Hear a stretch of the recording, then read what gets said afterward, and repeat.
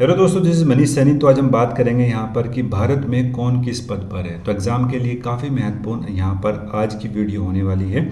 तो बात करेंगे डिटेल में भी, सब जो फैक्ट हैं उनके बारे में बात करने वाले हैं। अगर आप इस चैनल पर नए हैं तो प्लीज़ सब्सक्राइब करें, अपने दोस्तों के साथ शेयर करें।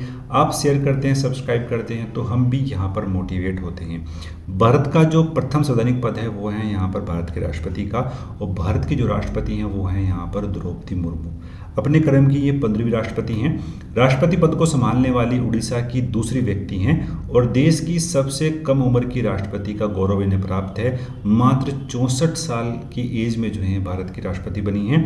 मुर्मू भारत की आज़ादी के बाद पैदा होने वाली जो है पहली राष्ट्रपति यहाँ पर है। हमारे संविधान के आर्टिकल 53 में बात की गई है कि संघ की जो कार्यपालिका शक्ति होगी वो राष्ट्रपति में निहित होगी। चूँकि भारत में जो है संसदीय व्यवस्था है तो इसलिए जो है भारत का जो राष्ट्रपति है वो केवल नाम मात्र का यहाँ पर अध्यक्ष होता है। वास्तविक जो शक्ति है वो भारत के प्रधानमंत्री के हाथ में यहाँ पर होती है। बात कर लेते हैं इनके निर्वाचन की। तो राष्ट्रपति के निर्वाचन की बात करते हैं तो इसमें जो है लोकसभा के सदस्य जो में भाग लेते हैं, जो राज्यसभा है उसके सदस्य भाग लेते हैं, राज्यों की विधानसभा के जो मेंबर है वो यहाँ पर भाग लेते हैं, दिल्ली और पांडिचेरी जो केंद्र शासित प्रदेश हैं उनके सदस्य भी यहाँ पर भाग लेते हैं। और यहाँ पर जो महत्वपूर्ण फैक्ट है वो यहाँ पर ये है कि भारत के राष्ट्रपति में जो भाग लेते हैं वो केवल निर्वाचित सदस्य भाग लेते हैं। जो मनोनीत जो मेंबर हैं वो यहाँ पर भारत के राष्ट्रपति के निर्वाचन में उनके मतदान नहीं करते हैं। तो महत्वपूर्ण फैक्ट था। नेक्स्ट जो पद है हमारे पास वो यहाँ पर भारत के उपराष्ट्रपति का है। तो जो उपराष्ट्रपति हैं वो हैं यहाँ पर जगदीप धनखड़ जी।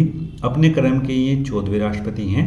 बात करते हैं कुछ महत्वपूर्ण फैक्ट के बारे में। आर्टिकल 63 में बात की गई है कि भारत का एक उपराष्ट्रपति होगा और भारत का जो उपराष्ट्रपति है वो राज्यसभा का पदेन सभापति यहाँ पर होता है। तो बात करते हैं इनके निर्वाचन की बात करेंगे। तो निर्वाचन में जो भाग लेंगे, एक तो यहाँ पर भाग लेंगे लोकसभा के मेंबर भाग लेंगे और राज्यसभा के मेंबर भाग लेंगे। तो दो के ही मेंबर भाग लेते हैं। ये एक डिफरेंस है यहाँ पर राष्ट्रपति और उपराष्ट्रपति के निर्वाचन में। ठीक है। दूसरा यहाँ पर महत्वपूर्ण फैक्ट है मनोनीत और निर्वाचित। ठीक है, मनोनीत और निर्वाचित दोनों ही मेंबर जो हैं यहाँ पर वो मतदान करते हैं भारत के उपराष्ट्रपति में। नेक्स्ट जो हमारे पास फैक्ट है वो है यहाँ पर भारत के प्रधानमंत्री के बारे में। भारत के जो प्रधानमंत्री हैं वो नरेंद्र मोदी जी हैं। अपने क्रम के ये 15वें जो हैं प्रधानमंत्री यहाँ पर हैं। बात करेंगे सबसे लंबा जो कार्यकाल रहा है प्रधानमंत्री पद का वो रहा है यहाँ पर जवाहरलाल नेहरू का। ठीक है, इनका जो कार्यकाल था वो था 16 साल 286 दिन। ठीक है, सबसे लंबा कार्यकाल जो है यहाँ पर प्रधानमंत्री नरेंद्र मोदी का रहा है। और बात करेंगे 2014 से जो है अब तक नरेंद्र मोदी जी यहाँ पर क्या हैं प्रधानमंत्री पद को सुशोभित। नेक्स्ट बात करेंगे भारत के जो मुख्य न्यायाधीश हैं तो वो हैं यहाँ पर जस्टिस BR गवई। और बात करेंगे अपने क्रम के 52वें जो हैं न्यायाधीश हैं। जो अगर हम बात करते हैं सर्वोच्च न्यायालय की जो स्थापना की गई थी वो 28 जनवरी 1950 में की गई थी। अनुच्छेद यहाँ पर 124 की बात करते हैं। आर्टिकल 124 में जो है यहाँ पर बात की गई है सुप्रीम कोर्ट की। भारत का जो मुख्य न्यायाधीश था वो था यहाँ पर पहले हरिलाल जे कानिया जी। नेक्स्ट है हमारे पास यहाँ पर भारत के मुख्य न्यायाधीश कौन हैं तो वो हैं यहाँ पर जस्टिस BR गवई। अपने क्रम के ये 52वें जो हैं न्यायाधीश हैं। बात करेंगे सुप्रीम कोर्ट की जो स्थापना की गई थी वो 28 जनवरी 1950 में की गई थी। आर्टिकल 124 में जो है वो सुप्रीम कोर्ट की बात की गई है। सुप्रीम कोर्ट के जो प्रथम मुख्य न्यायाधीश थे वो थे यहाँ पर हरिलाल जे कानिया। एग्जाम के लिए महत्वपूर्ण था। नेक्स्ट जो पद है हमारे पास वो है यहाँ पर महान्यायवादी। तो महान्यायवादी जो है वो है यहाँ पर R वेंकटरमणि और 16वें क्रम के हैं। भारत के महान्यायवादी को देश का सर्वोच्च विधि अधिकारी यहाँ पर माना जाता है। भारत के संविधान 1950 के अनुच्छेद यहाँ पर आर्टिकल 76 में जो है भारत के महान्यायवादी के संबंध में जो है प्रावधान किए गए हैं। महान्यायवादी की जो नियुक्ति है वो राष्ट्रपति द्वारा यहाँ पर की जाती है। एग्जाम के लिए महत्वपूर्ण था। नेक्स्ट बात करेंगे सॉलिसिटर जनरल ऑफ इंडिया, तो वो है यहाँ पर तुषार मेहता, और ये जो है दूसरा सबसे बड़ा कानूनी अधिकारी है। ये अटॉर्नी जनरल के अधीनस्थ यहाँ पर होता है, और अटॉर्नी जनरल भारत का सर्वोच्च विधि अधिकारी है, और सॉलिसिटर जनरल जो है वो कानूनी मामलों में अटॉर्नी जनरल की यहाँ पर सहायता करता है। नेक्स्ट हमारे पास यहाँ पर निर्वाचन आयोग। महत्वपूर्ण फैक्टों के बारे में बात करते हैं। भारत के संविधान के भाग 15 में जो है निर्वाचन आयोग के बारे में बताया गया है। इसकी स्थापना 25 जनवरी 1950 में की गई थी। संविधान के अनुच्छेद आर्टिकल 324 से 329 तक चुनाव आयोग सदस्यों की शक्ति, कार्य, कार्यकाल और पात्रता के संबंध में बताया गया है। भारत के पहले मुख्य निर्वाचन आयुक्त यहाँ पर सुकुमार सेन थे। वर्तमान में भारत के मुख्य निर्वाचन जो आयुक्त हैं वो हैं यहाँ पर श्री ज्ञानेश कुमार। जो यहाँ पर अन्य चुनाव आयुक्त हैं उनके बारे में बात कर लेते हैं। विवेक जोशी और सुखबीर सिंह सिद्धू जो है यहाँ पर अन्य चुनाव आयुक्त हैं। नेक्स्ट हमारे पास यहाँ पर नियंत्रक और महालेखा परीक्षक, कुछ महत्वपूर्ण फैक्ट हैं उनके बारे में बात करते हैं। पहले आर्टिकल 148 में भारत के नियंत्रक और महालेखा परीक्षक के बारे में बताया गया है। राष्ट्रपति अपने हस्ताक्षर और मुद्रा सहित अधिपत्र द्वारा इनकी नियुक्ति यहाँ पर करते हैं। उसे उसके पद से केवल उसी रीति से हटा जा सकता है जैसे हम सर्वोच्च न्यायालय के न्यायाधीशों को यहाँ पर हटाते हैं। तो ये महत्वपूर्ण फैक्ट था। बात करते हैं जो यहाँ पर नियंत्रक महालेखा परीक्षक हैं वो हैं यहाँ पर के संजय मूर्ति, और महालेखा महानियंत्रक यहाँ पर एस दुबे हैं। नेक्स्ट हमारे पास यहाँ पर कि सशस्त्र सेनाओं के प्रमुख कौन हैं। बात करेंगे देश के दूसरे CDS यहाँ पर चीफ डिफेंस ऑफ स्टाफ जो हैं वो हैं अनिल चौहान। और बात करेंगे पहले के, तो पहले थे यहाँ पर जनरल विपिन रावत। तो ये महत्वपूर्ण फैक्ट था, आपके एग्जाम में प्रश्न बनने की संभावनाएं यहाँ पर हैं। नेक्स्ट बात करेंगे वायुसेना प्रमुख कौन है, तो वो हैं अमरप्रीत सिंह।